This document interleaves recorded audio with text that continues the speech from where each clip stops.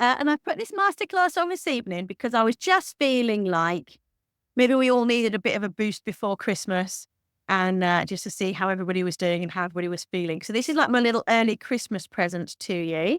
And we're going to start by looking at how resilient you are.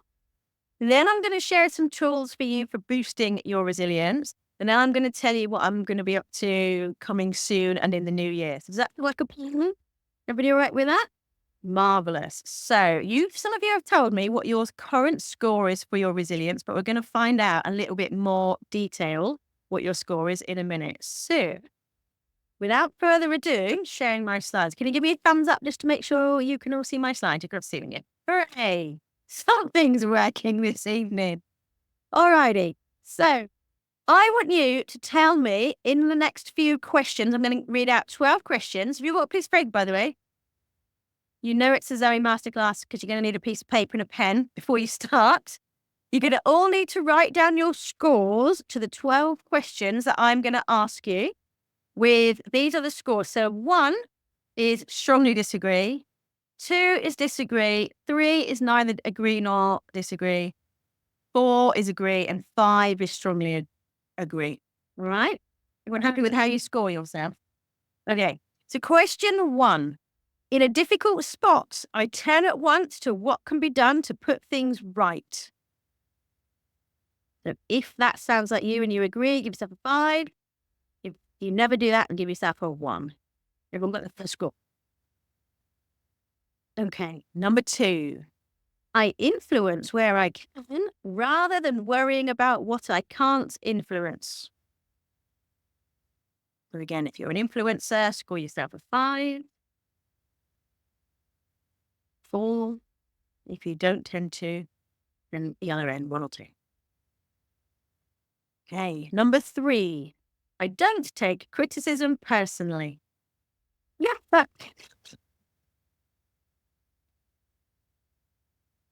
so if you do take criticism personally, that's a lower score. If you don't, that's a higher score. All right, number 4. I generally manage to keep things in perspective. So if you do, that's a 4 or 5.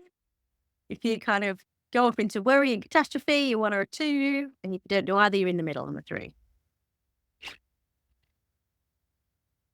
Okay, number 5. I am calm in a crisis. If you're calm in a crisis, 4 or 5.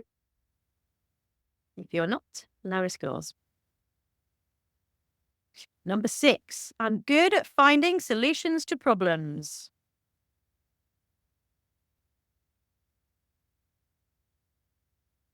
If you're a problem solver, 4s or 5s. If you're not, lower it. Okay, number 7. I wouldn't describe myself as an anxious person. So if you would describe yourself as an anxious person, you're a 1 or 2. If you're neither here nor there, 3. And if you're not an anxious person, 4 or 5.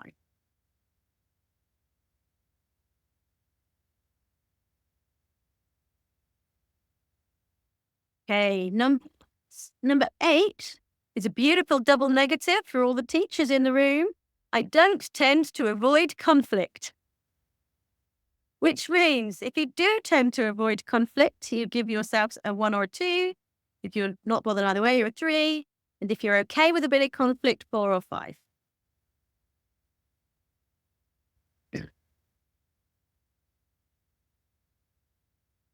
Okay, number 9.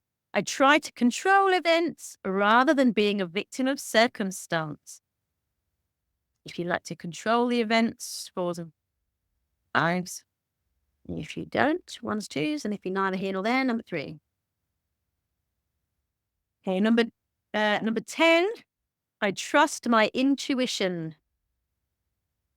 You're a gut feel kind of woman, you're a 4 or 5. You talk yourself out of it, 1s and 2s. Number 11. I manage my stress levels well.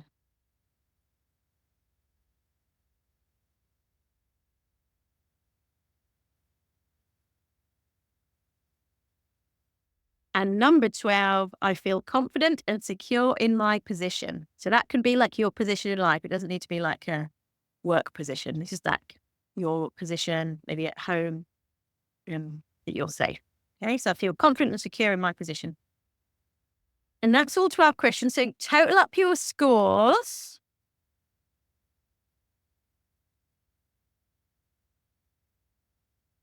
And if you're happy to, you can either share your score or put your score in the chat. If you want to, you haven't got to.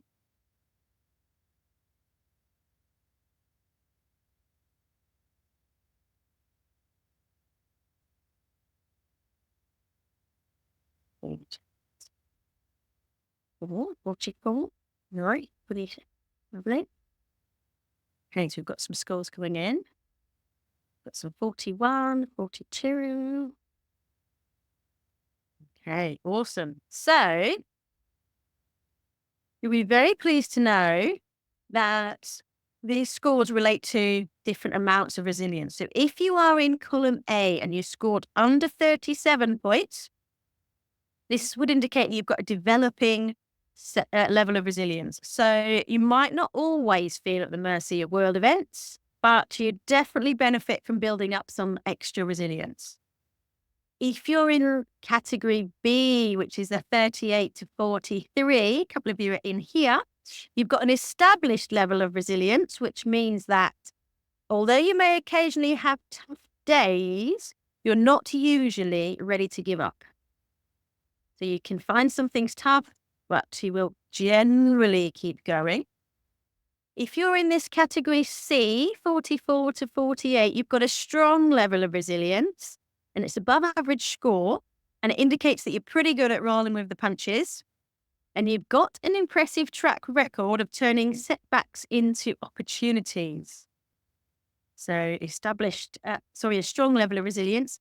And if anybody is watching this on replay and they've got somewhere between 49 and 60, you've got an exceptional level of resilience, which means you're very, very resilient most of the time and rarely fail to bounce back from challenges. And you kind of believe in making your own luck. So our established positions, our established resilient people are up there. So from looking around the room, we've got a little bit of work to do, right? So lots of us throughout the categories here. So we're going to have a look at what we're going to do about it. All right. What we're doing here this evening, I did tell you this, but I put it on the slides as well, just in case, just to remind me really rather than you. I want you to have a clearer picture of what resilience actually is, because lots of people talk about it, but I'm not always sure that people are talking about the same thing. Ways of recognizing when you're not being very resilient. So ways of noticing when you're reacting rather than responding to a situation.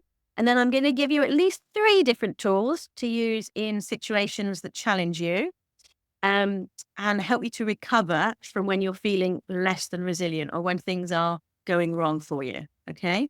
So before I do that, just thought I'd introduce myself, even though all of you know me, and it's a bit cringe when you all know me. So for people, there are some people who are coming on replay who don't know me as well. So those of you that are here do, be nice. But basically, helping people to perform under pressure and not bend to performance anxiety is something I've been doing for a number of years. So from working in entropic control, where things could go wrong really quickly and we had to respond under pressure and not lose our heads, and trying to work out why some people naturally did that and other people didn't, to going into sport and seeing the same trend and seeing that some people were really good and should have performed really well at competition level, but failed to thrive in those competition settings, and they suffered with performance anxiety.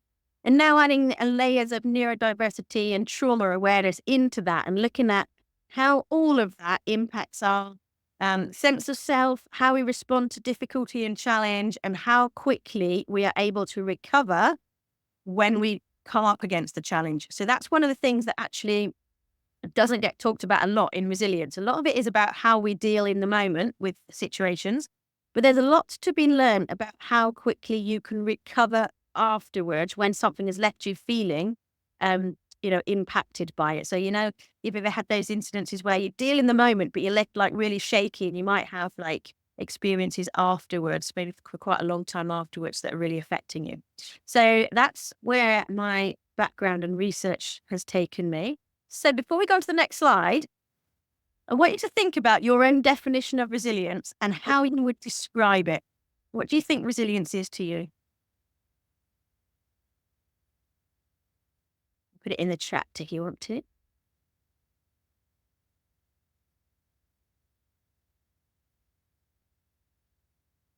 Yeah, bouncing back after something. That's a lovely definition, Sam.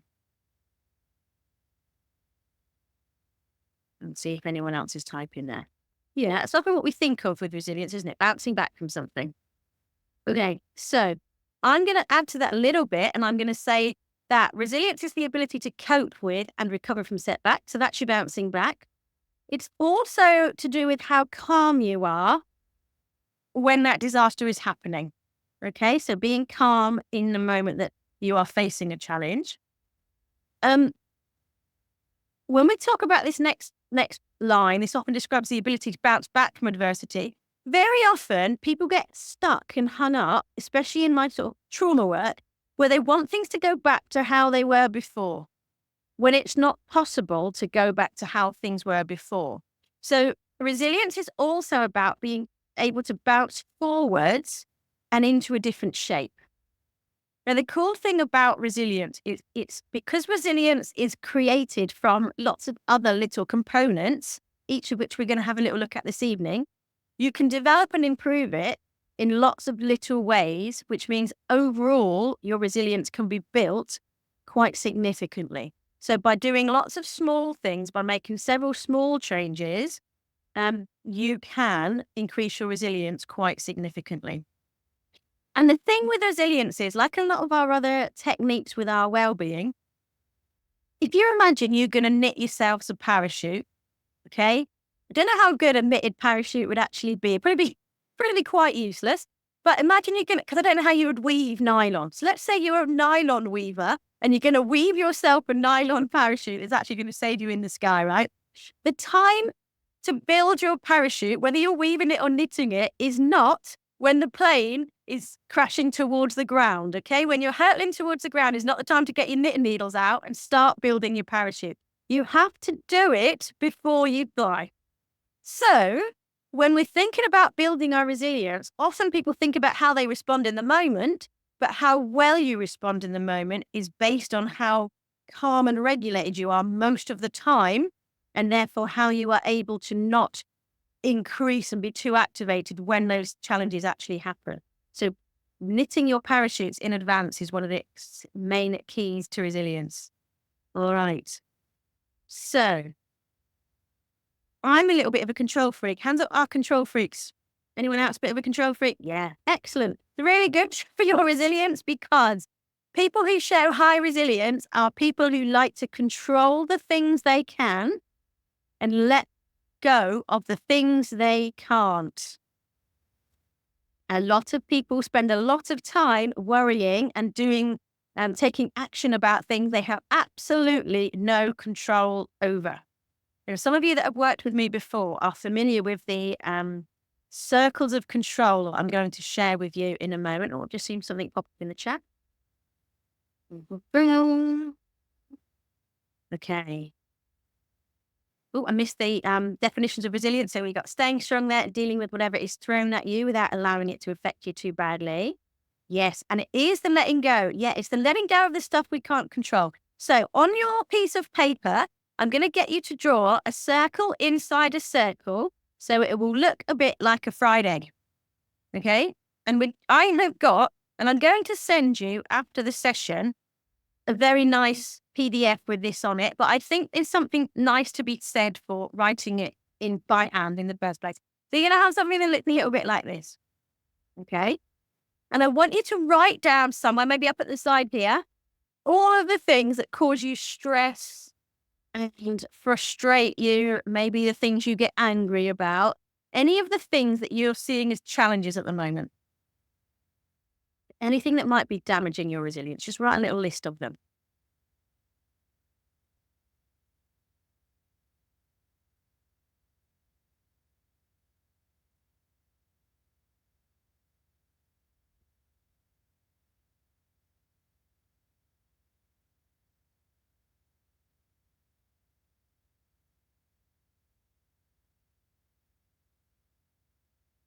Mm.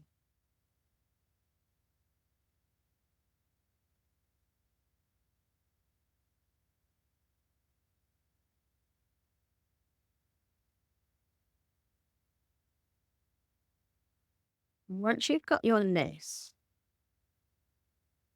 I'd like you to put a star beside anything you can control.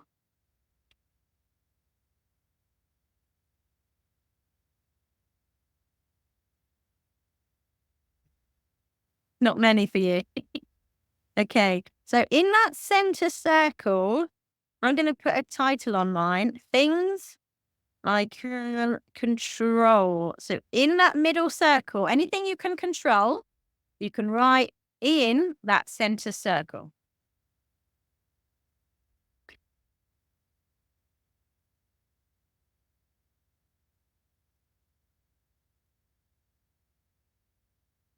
There he is, just joining us. Hi, Kelly. How are you doing? Good, thank you. No worries. So lovely to see you. I know the links went out a little bit late, so we made a start. So we're just drawn two circles, one inside the other, so it looks a bit like a Friday. And we've made a list of all the things that are causing us stress and impacting our resilience at the moment. So if you want to do that, that's exactly where we're at the moment. Have you got a notepad and pen with you? Amazing.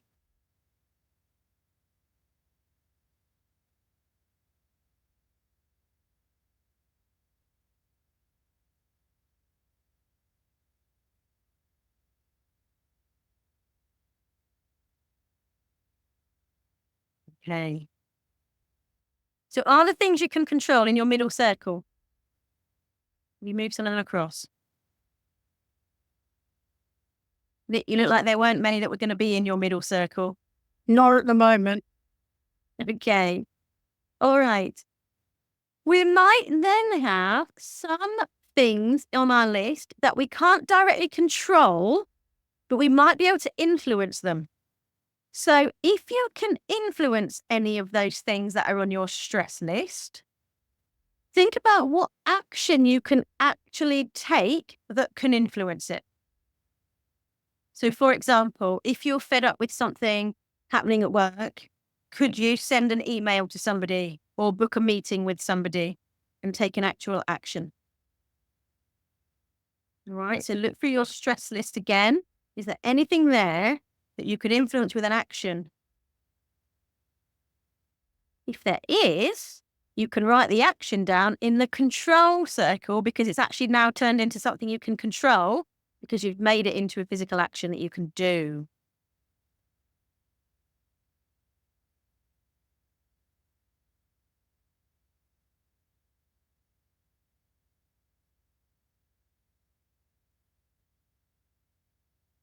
Just give you a couple of minutes to do that. Anything that you can influence from your stress list, think of the specific action that you can do to influence it, and then move that into your circle of control.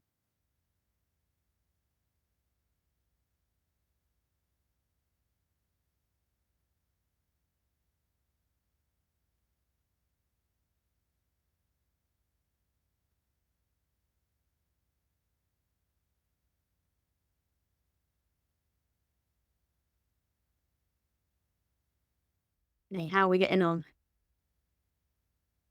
Yeah, we're good. See some confused faces. Okay.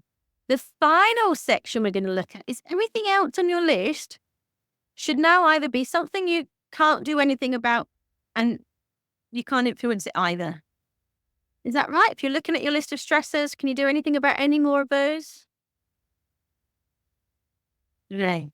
So we're going to leave those outside of our circles in the everything else area. Okay? If it's in the everything else area, what do you think you're going to do with it right now?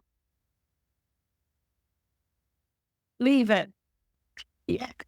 You're going to stop worrying about it. Leave it alone. Let go of it.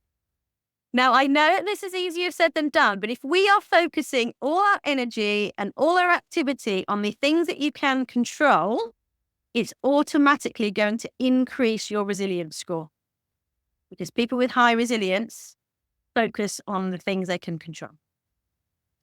Okay. How are we feeling about that so far? I know it's quite a big jump for some of you. Any questions so far?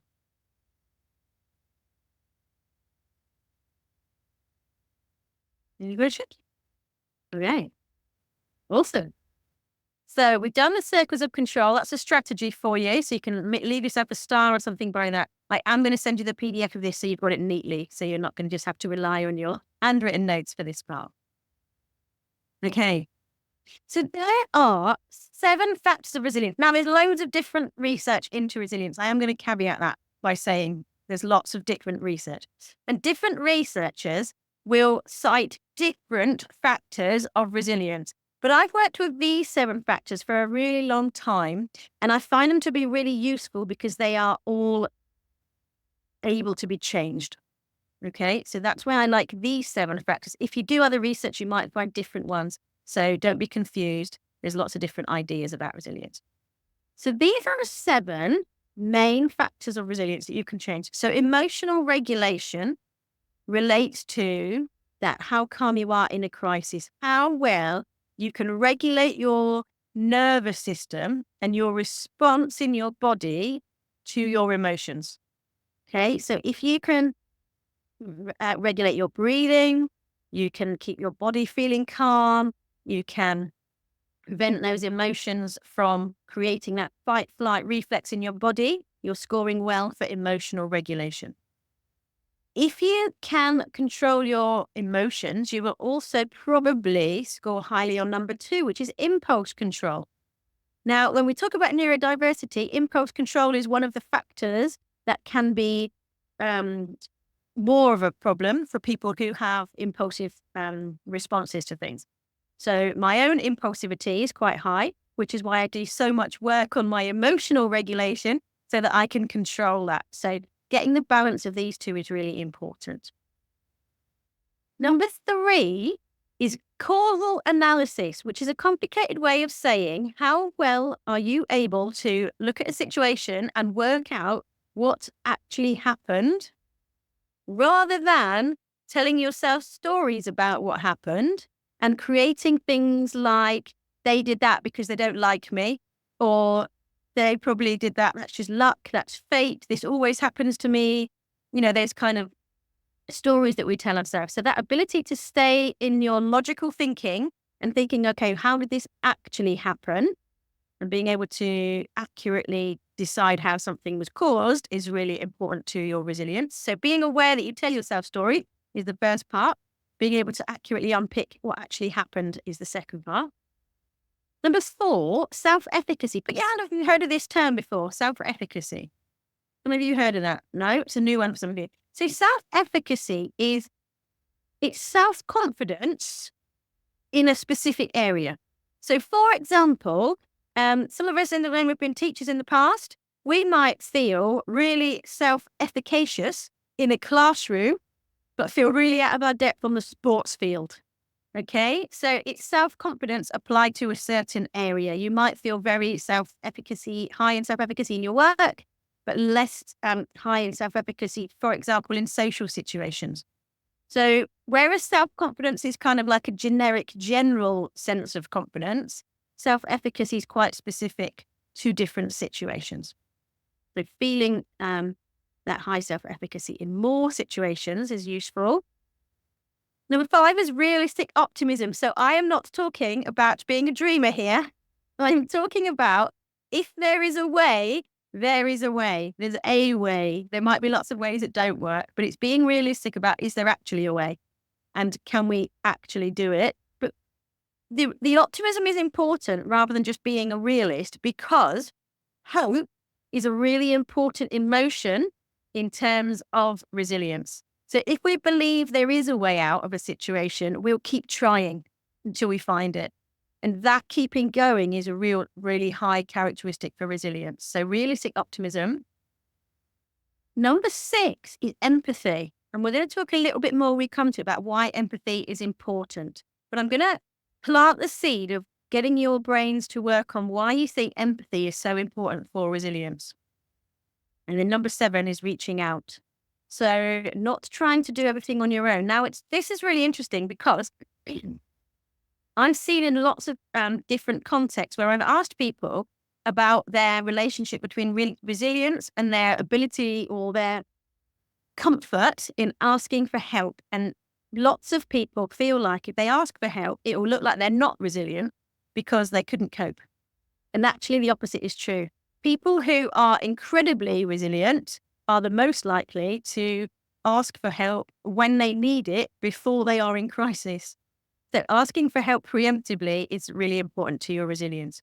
So looking at those 1 to 7 then, has anybody seen one that they think, yeah, that's probably the one that causes me the biggest problem or the one that I'm lacking? Is there one that shouts out to any of you? Definitely number 7 for me. Number 7. Yeah, the reaching out. Yeah, we try and do it all ourselves, don't we? Like we have to be strong. We have to have it all together. But yeah, amazing. Thanks for sharing that, Kelly. Anyone else? Number one. Number one. Yeah, that emotional regulation. So yeah, this is that weaving your parachute one, isn't it? We have to do this a lot before we need it. Incredible. Thank you. So we're going to just go through these in a little bit more detail because we've talked about them. I'm just conscious of time. We're going to whistle through them quite quickly. So that emotional regulation, this one is the ability to manage our internal world, and it helps you to stay effective under pressure. So again, our emotional regulation helps us to control our emotions, our attention, and manage our behavior. So what we actually do. Now, again, for me, sometimes my attention is what wavers. So I'll be trying to, work my way through a problem, and I'll spot something interesting on Instagram and off I go on a completely different tangent rather than what I should be doing. So I can get quite excited about things I shouldn't be getting excited about rather than solving the problem that's at hand. So this might be something that you recognize. But there's also that we can get quite dysregulated without really knowing it. So very often we don't realize we're stressed until we're very far down the road of stress because we're not aware of what's going on in our body. So your internal world relates to your breathing rate, your heart rate. Those are the 2 that you can normally feel. We often get their muscular tension. We might get tense in our shoulders, our jaws, our stomachs, sometimes in the fronts of our hips, backs. So lots of muscular tension can also occur. We can get tummy problems because all the muscles inside our digestive tract kind of are a bit too under tension. There's all the differences in our immune system. So we might just notice that we get coughs and colds really frequently. We're not seeming to keep well. So all of these can be signs and symptoms that your emotional regulation could do with a bit of work. We often, again, think of it in the moment. But if we are dysregulated all of the time or a lot of the time, even sleeping isn't going to catch us up. We're going to still wake up with that state of dysregulation going on. We might be a bit irritable. We might not be sleeping well. We might not be breathing well when we're sleeping. So there's all these kind of things that are happening in our wakeful hours as well as in our sleep. So thinking about how do you know when you are emotionally regulated? And if you are easily, I don't like to use the word triggered, but people are familiar with it, so I'm going to use it here, by stress. Is this something that you are aware of? How far down the stress road are you before you notice any actual symptoms? Do you notice that your breathing is changing? Do you notice that you're getting tense? Or do you get into the car at the end of the day and go, ooh, there are my shoulders, up around my ears? Or, notice that maybe your heart is racing at some point during the day. So just being aware of your emotional regulation. What's your first sign that you are getting stressed and how early is it? So I just want you to maybe make a note of that in your notes. When do you notice that you're getting stressed?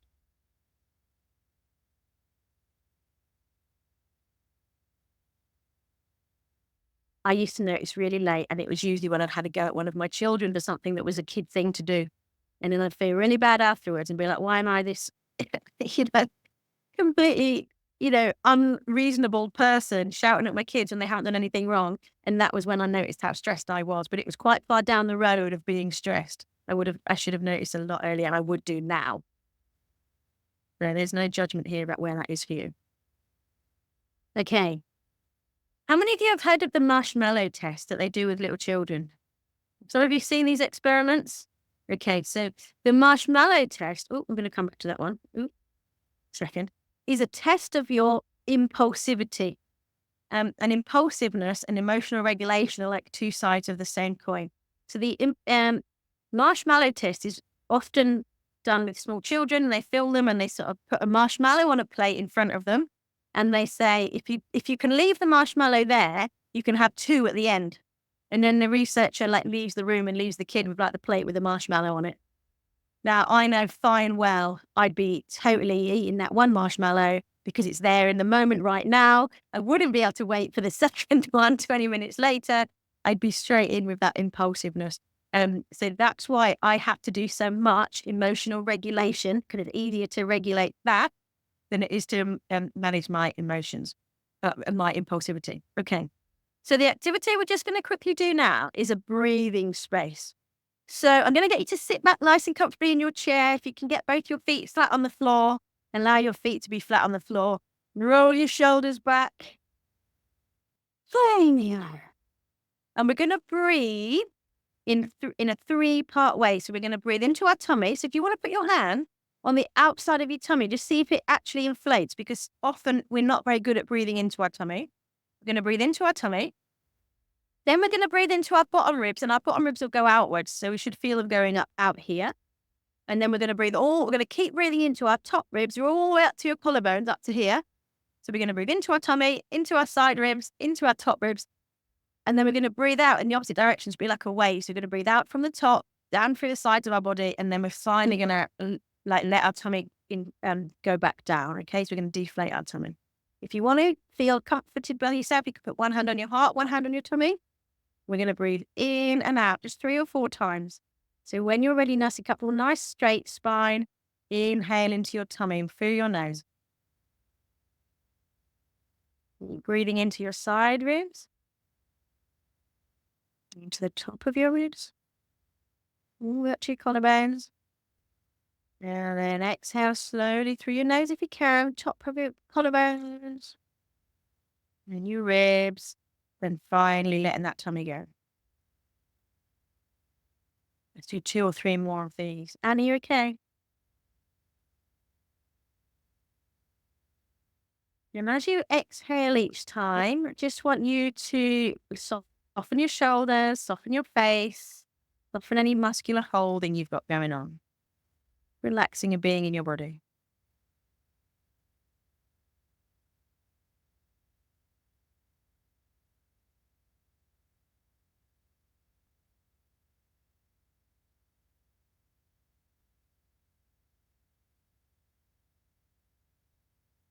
Want to, you can add a little smile, because it's nice for your nervous system when you're smiling.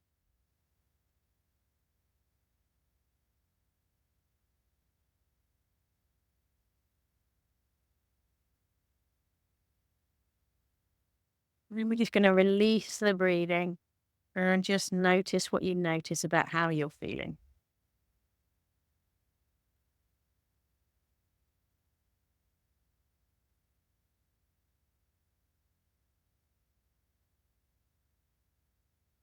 Ready?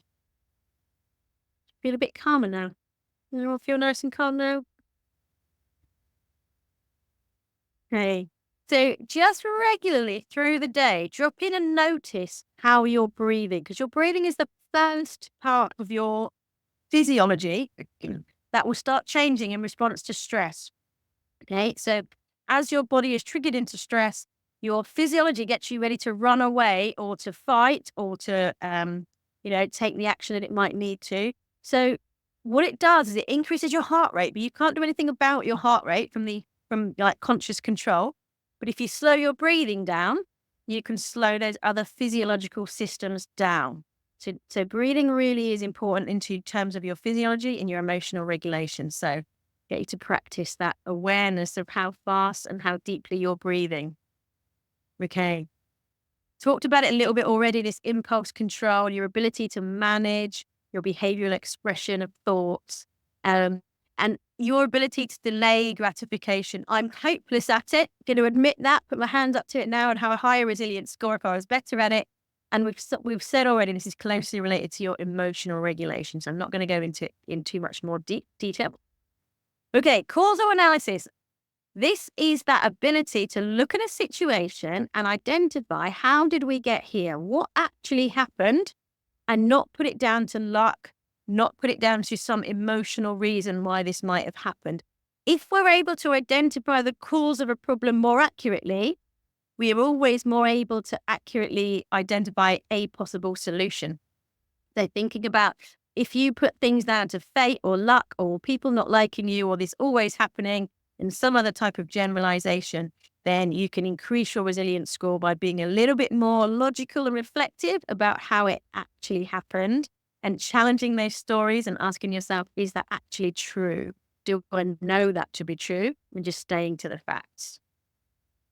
All right. Self-efficacy, we talked about this. This is this self-confidence that's in a specific context. If you've got high self-efficacy scores, you can feel confident and effective being in the world, doing what you do. The opposite of this is like helplessness. So if we've got this self-efficacy, we tend not to feel hopeless and helpless.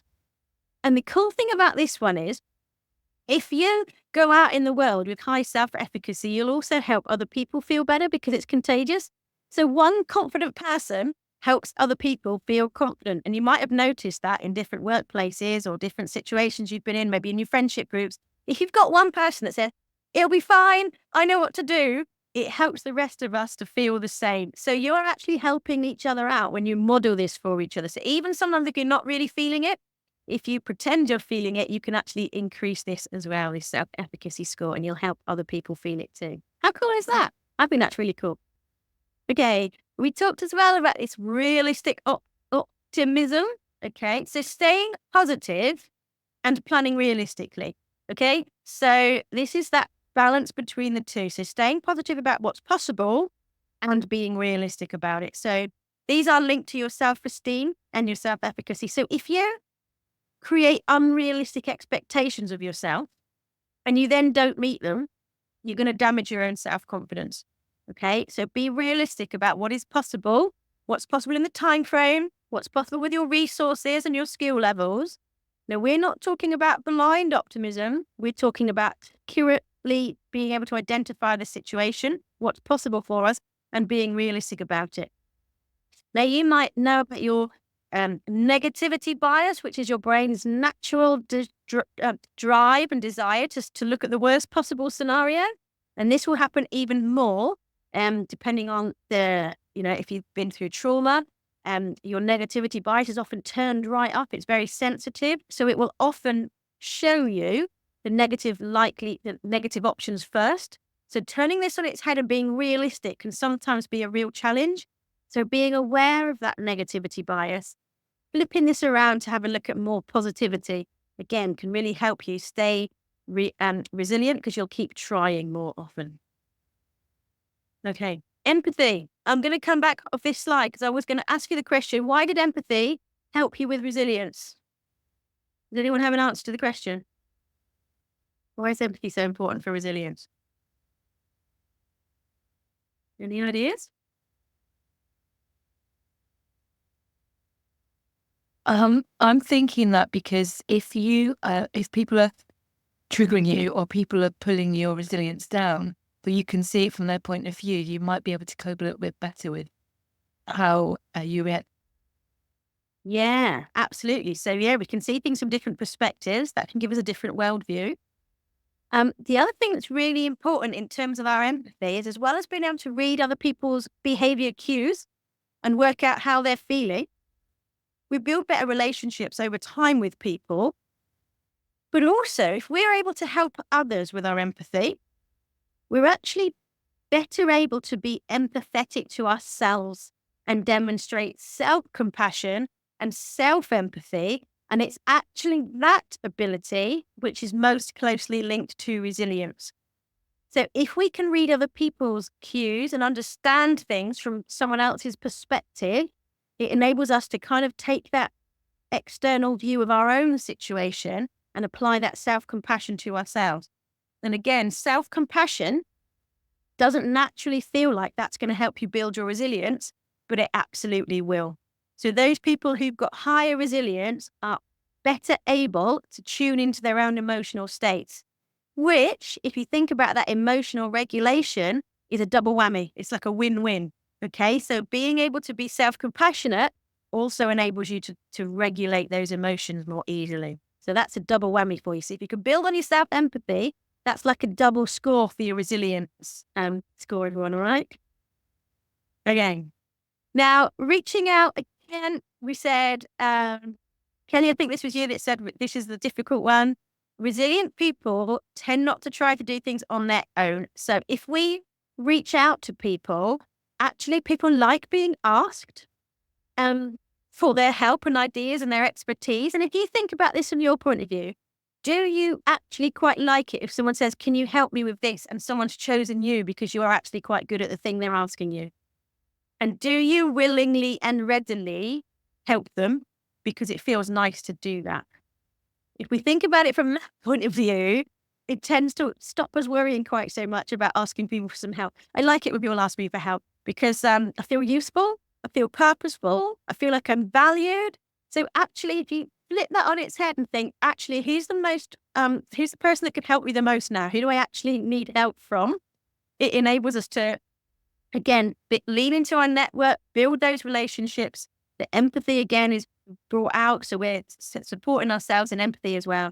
Okay, so we often don't do this because we're embarrassed, we're perfectionists, and we want to look like we're coping. So sometimes we don't. But how nice is it when we all help each other and we can all sort of, reach out and hold each other up? So I'm going to get you to think of a situation in which you might need to ask for some help. So if you look at that stress list that you started with right at the beginning, is there anything on that list where it would be easier if you just asked for some help? And if you've got one, we're going to use that for this next little exercise. Everybody got one? I can't see you nodding. Okay. All right. So what we're going to do is we're going to think of these 3 questions. We've seen that we need some help with something. What do we actually need? So I'll give you an example that happened a little while ago. I had a situation where I needed someone to look after my son because my daughter and my husband were going out somewhere and I wasn't going to be back before they left. So there was like a bit of time in which I needed some help. Now, lots of people over the past, however long, have said to me, okay, ever need any help with childcare or anything, just give me a shout. So I thought, what specifically do I need? I needed help for a very specific window of time that wouldn't involve anybody needing to put him to bed or giving him his tea. It was literally just, can you sit with him for this amount of time from this time to this time when I'll get there? And it doesn't even matter if he interacts with you because sometimes he doesn't. If he stays in his room, but you're just in the house keeping him safe, that's absolutely enough. So that's what specifically I needed. Who can help? I had a list of people who might be able to help me. I was thinking, right, who would I trust looking after my boy? Who would I trust looking after my home? Who wouldn't judge my messy lounge? All of those kinds of things. Who can I ask for help? And again, what do they need to know in order to know if they can help? So they need to know the date, the times, the fact it would be at home, the fact they wouldn't need to feed him, they wouldn't need to put him to bed. So like that it was actually a small request. So think about your request, because when I made this request, it was very easy for people to identify whether they could help me or not. And I managed to get it sorted out very quickly. So think about your specific request and just think about what specifically do you need? Who can help you? And what do they need to know in order to be able to say yes or no, they can help? So this could be, can you bring me a lasagna round on Thursday night? Because I'm having an awful day and I just won't be able to manage that. Could you do some shopping for me? I need these 6 items. Could you pick me up from somewhere and take me somewhere else? So think about what that reaching out request could look like. And be okay with a yes or a no. Okay, so if somebody then says, yes, I can do that, willingly accept the support. If they say, no, I can't, if it was any other day I could, that's okay too. You can ask someone else on your list who can help you. So thinking about how we ask for help, because often what we say is what the problem is, but people aren't actually sure what they can do to help you. So you might say, I'm just having this terrible time. People want to help, but they don't know how to. So this I found really useful to be able to say what specific help you needed. Okay. Who feels comfortable asking for help? No. Okay. Okay. Who feels comfortable giving help? Yeah. Okay. So give people that same opportunity. Help you to feel great about it. All right? Okay. So we've done the strategies. We've done our circles of control.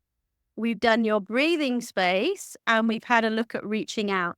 So I just wanted to summarize, we're doing well for time, that these 7 factors can be learnt if you're not doing them at all already.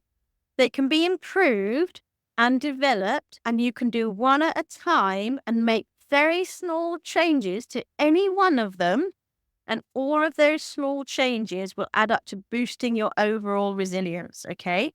So this is not something where necessarily you're going to need to go from like 0 to 50 all at once. All right. We've got that resilience questionnaire, and I can send you the resilience questionnaire if you would like it. So you can, at the beginning, Kelly, before you got here, we looked at a resilience questionnaire, so I can send that out, make sure you can measure your own current score. And we can build on that 1 point at a time. And if we build 1 point at a time, that's how we'll grow resilience. Okay. We might suddenly notice that something happened and we dealt with it a lot better than old us would have done. We suddenly noticed that that didn't freak me out when this happened. Or, I dealt with something. I was driving along in the summer to go paddleboarding with my friend, and in front of us, there were bikes all over the road where a truck had come along and caught one of the riders with their wing mirror and taken out one of the riders, and the rest of the cyclists had all kind of skidded and gone out into the road. Me with my first aid qualification, it was like, I should stop this in the situation. Got to stop the car, hazard lights on, and got up. And I kind of got back in the car and afterwards and drove off to paddleboarding, and I was absolutely fine with it. And I think that's that difference with the resilience, is that actually, I think a few years ago, I might still have dealt with it in the moment, but when I got back into my car afterwards, would have still been very, it would have taken me a while to be like, wow, I can't believe that just happened. And like, that was literally just there in front of us in the road, and we had to react to it. So that, again, just over time, you suddenly start to notice that you're developing it. And over time, you'll develop your resilience. It's really, really easy for your resilience to start to creep up, and it's brilliant when it does. Okay. Has anybody got any questions about what we've covered so far? No, we're all good. What one thing are you going to practice as a result of being here today? I'm just going to stop the share for a second. What one thing are you going to take away and commit to us all today that you're going to actually do as a result of this training here today? Recognizing the difference between control and influence. Nice. Yeah, recognizing the difference between control and influence. Yeah. And if we can turn that influence into an action and move it into control, that makes it so much better. Resilient people do stuff. They don't fret about stuff quite as much. Okay, what's anyone else going to commit to? I'm going to ask for help because I never do. Enough. Yeah. I look forward to a request, Anne. Oh, no. Okay, what's anyone else going to do? I think I'm going to try and ask for help as well. Nice. It's picking your person, isn't it? I mean, yeah. I think when you've been knocked back sometimes before, it's harder. Yeah, and again, though, these all interlinked. So if they've knocked you back, think about that causal analysis. So why did they knock you back? Was it that they were actually busy, or they couldn't actually help you? Or is it just that they're an unreliable person and you should ask somebody better? Okay. So thinking about that again, that causal analysis, like thinking that through, that's lovely. Sam has put in the chat, she's going to take some breathing breaks to check in with herself during the day. Awesome. Yeah, fantastic. Okay. So I'm going to hold you all to those things and get you to check in with me at some point. But before, I just wanted to talk to you about a couple of things that I've got coming up that you might be interested in. Just to let you know what I've been up to recently. So here we go. If you currently, so that's a question, wake up happy and inspired every single day? Who's a yes every single day? Wake up happy and inspired. Well, okay. Do you want to? I've got a couple of things I'm going to tell you about if you want to. This isn't a hard sell, by the way. I'm not going to do that whole pitching thing that make it really awkward because that's super cringe for me as well. But I am going to say one-to-one coaching is back. I took a bit of hiatus from one-to-one coaching because I was dealing with some stuff in my personal life.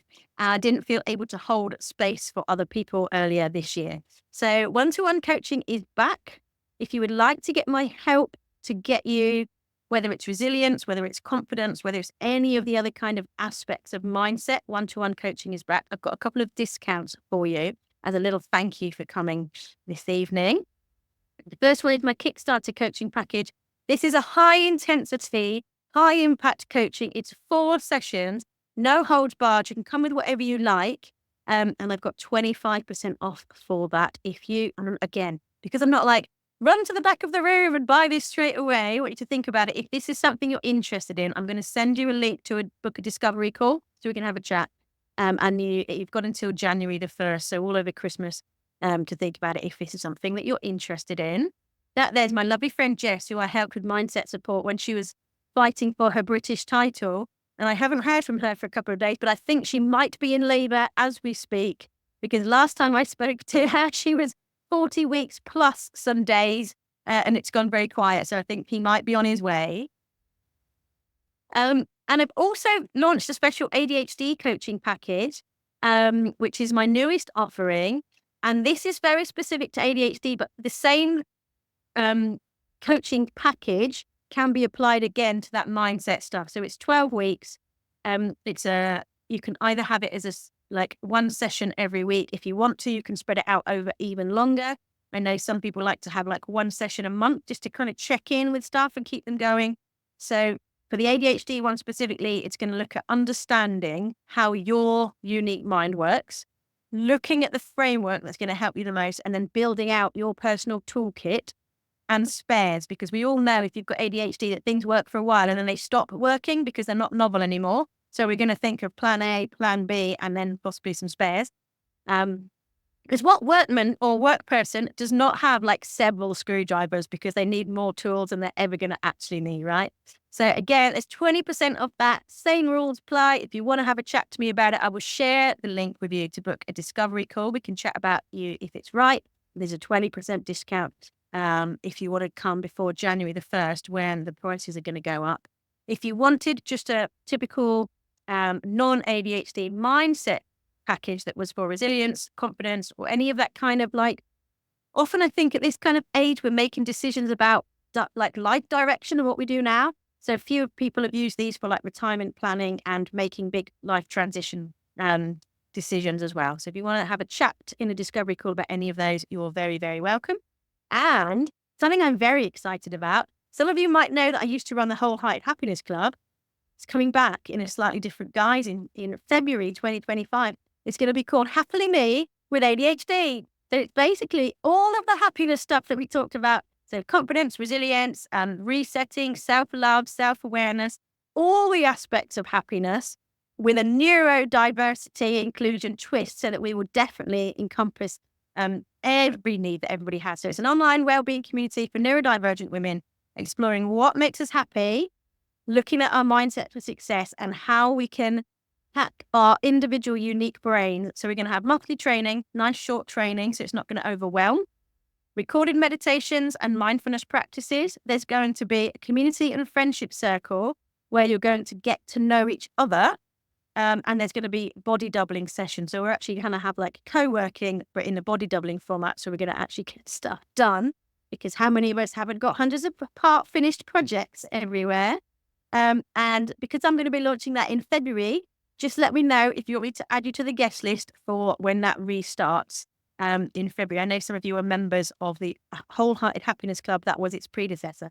And I'm actually very excited about this because for those of you that were in it before, you probably won't notice any difference. But what I realized was almost everybody who came and joined the club had ADHD anyway, because you're all kind of my people. So it won't be very different. So do let me know if you would like to join in. Okay, so I'm going to stop the share there.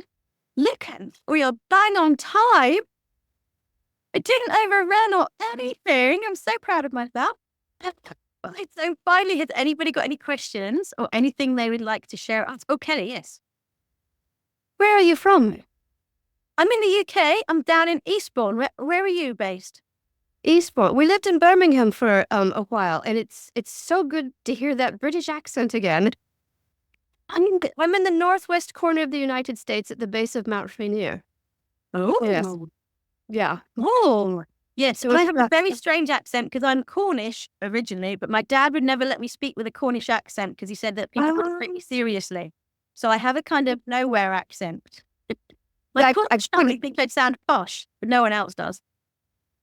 Well, you're not Birmingham, that's for sure, but I hear it. It's good to hear it. Sorry. Thank you. That was very helpful. I enjoyed it. Yes, thank you. You're so welcome. You're so welcome. Thank you. What time is it over there? It's 11 o'clock in the morning, Monday morning. Okay. Because all of my emails, the reason they didn't go out was because they were set on Eastern time. Are you on Eastern time? No. Yes, all my emails were set to Eastern time, but I'm running this in UK time, so they would all have gone out at completely the wrong time. So, Right. Right. Well, thank you. amazing. Thank you. Any other final questions before we wrap it up and you can all get on with your rest of your days? No? Thank you very much. You're so welcome. You're so welcome. It's been lovely to see. Okay, we'll call it a day there then, everybody. If you do have any questions, you can just email me. You should all have my email address. I'll be sending you out a copy of the replay and some notes and some PDFs with those activities and stuff on them so that you didn't have to write down everything furiously as we were going through. Oh, and Sam was on homework duty behind the scenes, but listening diligently. Lovely. Lovely to see you all, ladies. Thank you for being here with me this evening. And lots of love, and I'll see you soon. Lovely seeing you, Zoe. Take care. Bye.